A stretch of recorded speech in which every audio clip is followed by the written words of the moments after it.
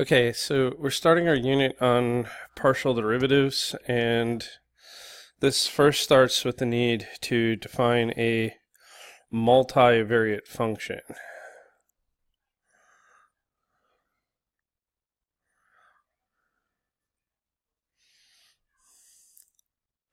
Okay, so a multivariate function is defined as, let's say we have f, right, is a function of n variables, where it assigns every n tuple, so there's a new vocabulary word for you, right? So a pair, a triple, a quadruple, an n tuple, right?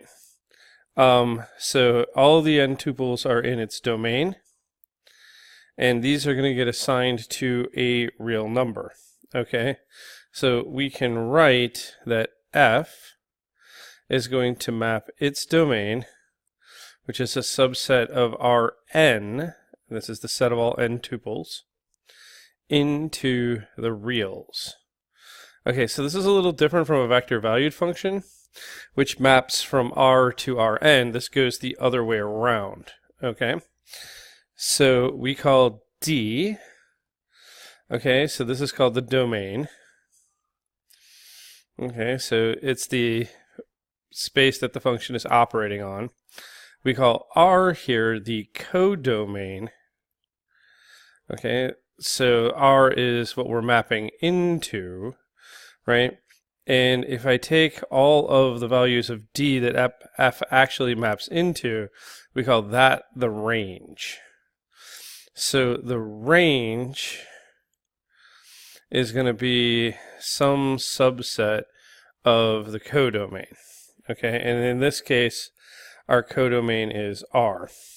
So typically in this class, when we do this, we're going to write functions of two variables. So we'll have like an f of x, y, and that's going to be the function eats some ordered pair. Okay, it could be an ordered triple, an ordered quadruple, whatever, and ultimately that ordered pair is going to return some real number.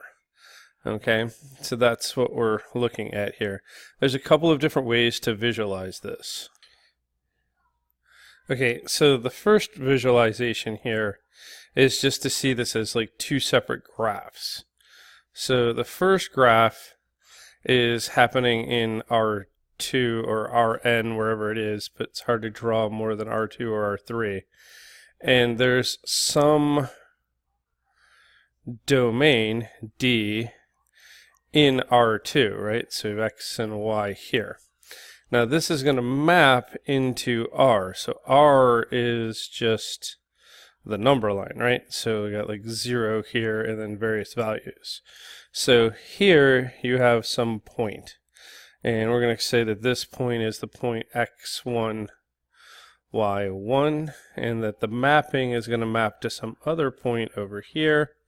And this is going to be f of x1, y1. And then there'll be another point here. Let's call this one x2, y2. And this gets mapped to some other point on R, f of x2, y2. And so long as every point in this domain maps to one and only one point in the codomain, we have a function. Now, 2 points can map to the same point, but 1 point cannot map to 2 different points, because then otherwise we're not a function. Okay, there's another way to visualize this in a single graph, and that's what we're going to show next. Okay, so here we're going to see this as a single three-dimensional graph where x and y are in the floor and z is pointing upward. Okay, so z is going to be given as some function of x and y here. Okay, so the domain that we were talking about here kind of exists in the floor, right? So it's a function of, or it's a set of ordered pairs in the floor. So we'll call that D. And then the function itself kind of maps above this, right? So there's like this kind of shape hovering around up in the air here, right? Where like it has contours and things like this. So this is the shape hovering above that domain, and its height is determined by this function. So it's almost like the domain is like the shadow of the function itself hovering above this. So this would be f of xy, or maybe better yet, this chunk here that's floating up in the air above that is like f of the domain, right? So this is the domain D down here on the floor, and the surface that's floating above that is f of D, given where z is f of xy of each of the coordinates. So this is kind of what we've got to get used to here. All right, so let's kind of work a specific example. All right, so let's look at the function f of xy is equal to the square root of x plus y plus 1 over x minus 1. Okay, so the domain here for this function xy is going to be given as x is a real number, y is a real number, but we also have some restriction here, because x plus y plus 1 has to be greater than or equal to 0, and x itself cannot equal 1. So let's think about what that would look like in the plane, right?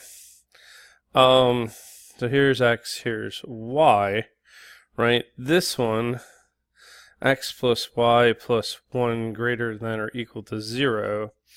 Well, let's see, this is y is greater than or equal to negative x minus 1, right? So that's like down here with a slope of negative 1, right? So I'm kind of crossing this way, right? So there we go. That's like the boundary of this, but y has to be greater than that. So that's the region like up here, right? And then, so that meets this constraint. And this one, x cannot equal 1, which actually means that like this set of points coming down here doesn't exist, right? So this is actually what my domain D would look like in the floor, right? So everything here and here has a value above it according to this rule. Now, determining what those values are is pretty simple. Like if I want to know what the value above the point 3, 2, so it's like 3, 2 is clearly 1, 2, 3, 1, 2 is clearly in the domain D. I want to know what that maps to as a height. So what do? We put in 3 for x, 2 for y in the numerator. We put in 3 for x in the denominator. So this is going to give me the square root of 6 over 2, and that's it. That's where the height is. So the surface above this point is going to have that value, 6, 2. So this is kind of how multivariate functions work. You have a domain that's in 2 space, 3 space, whatever. You figure out where that domain exists, and then you look at the values above that, or at those, sorry, the values for the height above that, and this will start to form a surface for all xy that are in the domain. All right, so that's it. That's the beginning of the unit, and we're going to keep pushing from there.